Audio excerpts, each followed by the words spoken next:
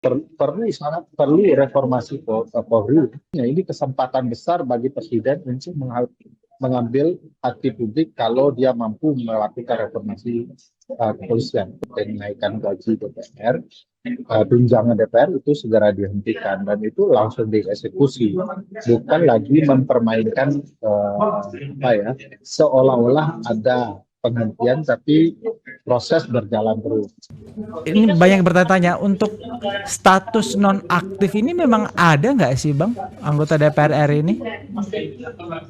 Ya, untuk status nonaktif itu sebenarnya bisa kalau berkaitan dengan MKG dan pimpinan yang sedang bermasalah secara etik. Jadi mereka akan dinonaktifkan karena mereka yang akan menyidangkan perkara etik. Tapi untuk status anggota tidak ditemukan itu pilihan menonaktifkan. Jadi yang ada kan tiga saja, satu pemberhentian sementara, pergantian antar waktu, dan pemberhentian antar waktu. Jadi ada tiga, tidak dikenal konsep non-aktif untuk anggota DPR.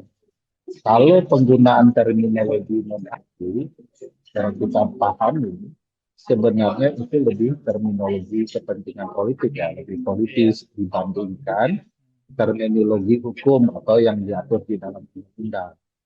Nah, pada titik tertentu karena tidak ada terminologi di dalam ketentuan undang-undang, maka dengan sendirinya segala hak dan kewajiban hukum anggota dewan tetap akan berlaku yang dan lain-lain.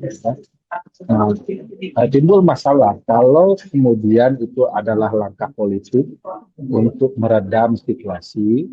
Tentu ada niat ya, niat baik katakanlah begitu ya. Tetapi secara hukum itu tidak ada. Akibatnya publik akan merasa dipermainkan oleh anggota DPR.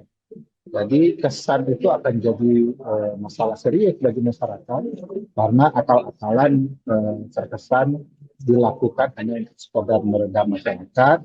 Begitu sudah selesai nanti akan diaktifkan kembali. Nah, ini cara-cara menurut saya kurang terlalu tepat ya untuk kemudian betul-betul menyentuh perasaan publik agar mereka bisa merasa DPR-nya bekerja untuk kepentingan.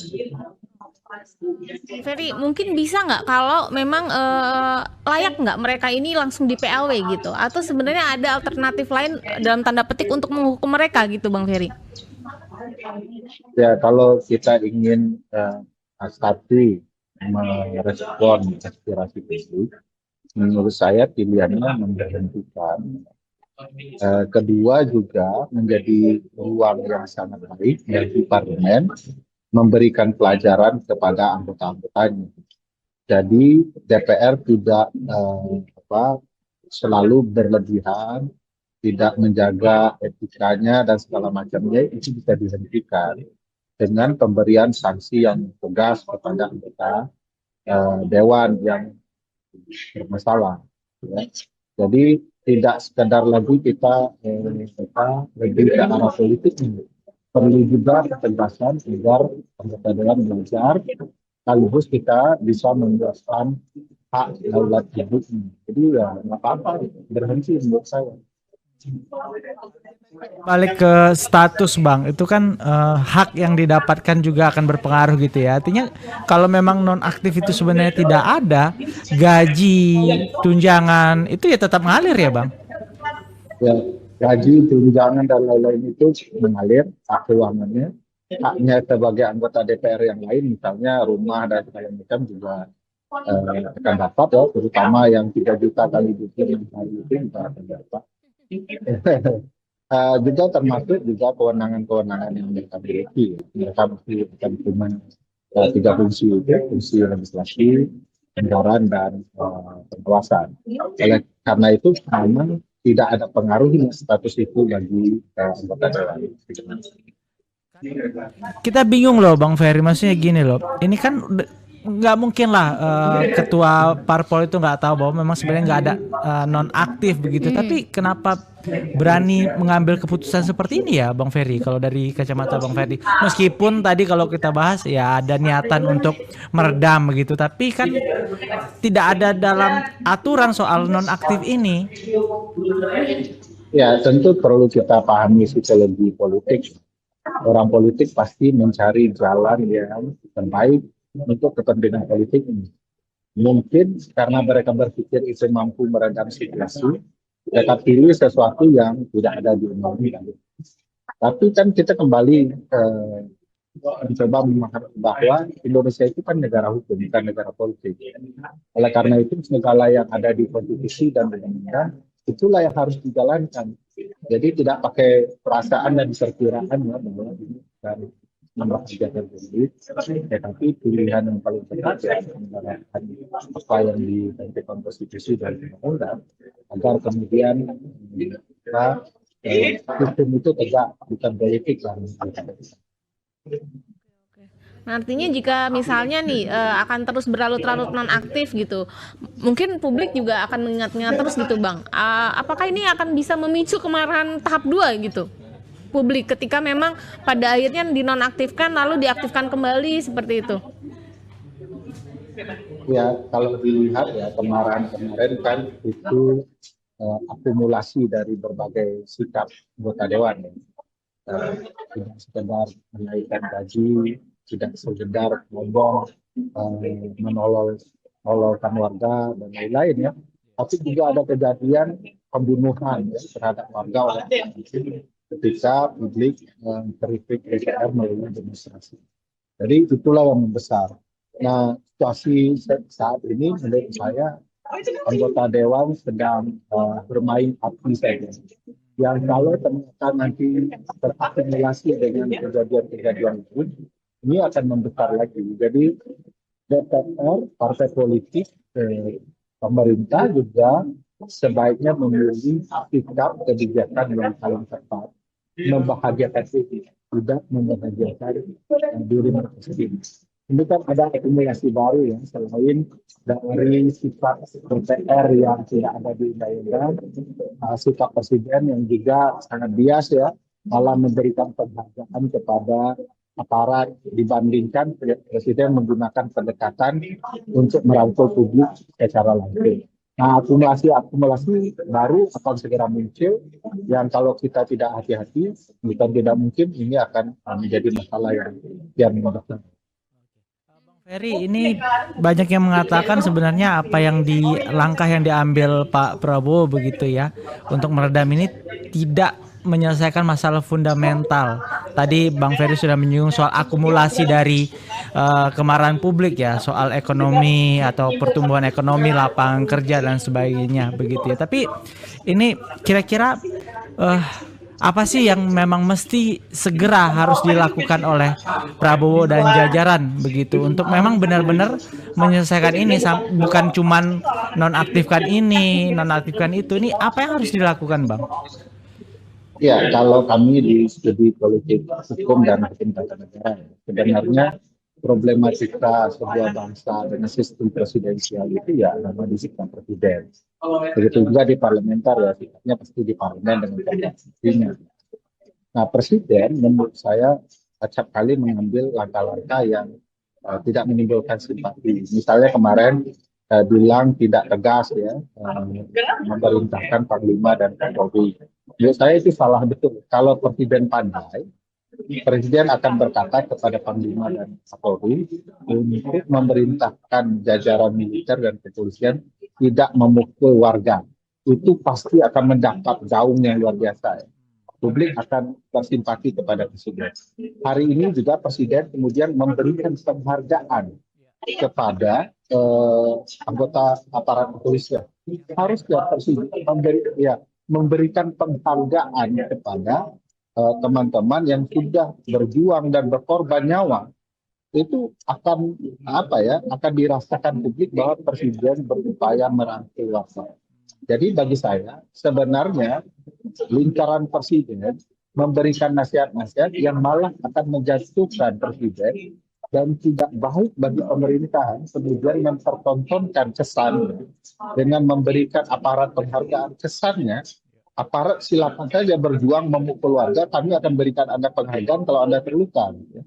Harusnya langkah presiden sebaliknya. Jadi pilihan-pilihan presiden juga menurut saya sangat disayangkan, bahwa ini makar. Itu pilihan seperti apa?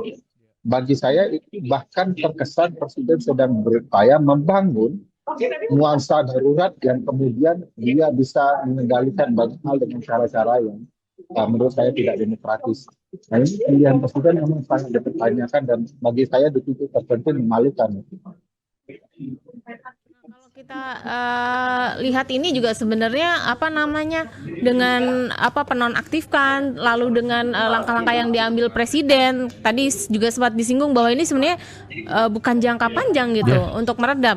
Nah, harusnya seperti apa sih Mas presiden? Mungkin kalau tadi Bang Ferry bilang ya harusnya presiden misalnya akan menegur aparat yang bersikap keras atau seperti apa. Nah, sebenarnya fundamentalnya harus seperti apa nih langkah dari pemerintah gitu? Ya, kalau kan ini setidak-tidaknya sudah ada 2 atau 3 kali presiden berpidato, baik secara formal maupun tidak. Nah, bagi saya presiden mestinya sudah harus segera memastikan tuntutan publik terkait dengan kenaikan gaji DPR, tunjangan DPR itu segera dihentikan dan itu langsung dieksekusi, bukan lagi mempermainkan seolah-olah ada penghentian tapi proses berjalan terus. Kedua, presiden harus memperbaiki struktur pemerintahannya, termasuk dalam ruang keamanan. Harus perlu reformasi Polri. Polri itu kesan militernya masih sangat terasa. Kemarin misalnya Kapolri mengatakan sebagai prajurit dirinya, yang menggambarkan dirinya prajurit. Kapolri sendiri tidak sadar bahwa dia adalah sipil, gitu ya, sipil yang dipersenjatai untuk tujuan keamanan. Nah, kalau seandainya Kapolri sendiri tidak paham tugas konstitusionalnya, bagi saya agak berbahaya. Oleh karena itu, Presiden harus melakukan reformasi kepolisian sebaik-baiknya. Ini kesempatan besar bagi Presiden untuk mengambil hati publik kalau dia mampu melakukan reformasi kepolisian. Kedua, tentu reformasi militer ya. Militer masuk ke ruang sipil dan kemudian ikut mengabaikan berbagai hal yang mestinya diperhatikan oleh militer secara baik-baik. Karena kita itu tidak punya prosedur kapan militer bisa masuk ke dalam ruang sipil, kapan tidak boleh sama sekali. Nah, ini harus dipertegas dalam undang-undang. Jangan presiden hanya sibuk mempertegas undang-undang TNI untuk orang-orang militer bisa masuk ke jabatan sipil. Tapi lupa esensi bahwa tugas militer mempertahankan wilayah Indonesia, mempertahankan rasa kedaulatan kita. Nah, ini yang tidak dilihat oleh presiden. Jadi saya perlu pemahaman konstitusional yang baik-baik, itu betul-betul ada di istana sebelum kemudian kita beralih menjadi negara semi militeristik atau bahkan militeristik sama sekali. Nah, ini Bang Ferry terakhir ini Bang, ini PBB juga menyoroti ya demo yang terjadi di Indonesia dalam sepekan terakhir, lalu juga diaspora kita di Jepang, di Amerika Serikat dan di Jerman juga menyoroti hal ini begitu ya. Kira-kira dari pandangan Bang Ferry, seberapa besar sih fenomena ini memberikan tekanan ke pemerintah Indonesia begitu Bang? ya, dalam berbagai kesempatan internasional Presiden kan selalu tampil bak hero ya, dengan kemampuan bahasa Inggris yang sangat baik menjelaskan dan disambut oleh dunia internasional sangat baik. Bahkan kesan yang timbul memang Presiden adalah Menteri Luar Negeri Indonesia sendiri. Nah, tentu relasi internasional itu menjadi sangat penting bagi Presiden, dan itu sebabnya tekanan dunia internasional juga sangat penting bagi Indonesia. Bagaimanapun Presiden suka sekali dengan panggung internasional, dan hari ini panggung internasional itu melihat Presiden tidak terlalu mampu memimpin negara ini secara baik dan betul-betul menjadikan ini menjadi negara sipil yang demokratis seperti pidato-pidatonya di panggung-panggung internasional. Download Tribun X sekarang, menghadirkan lokal menjadi Indonesia.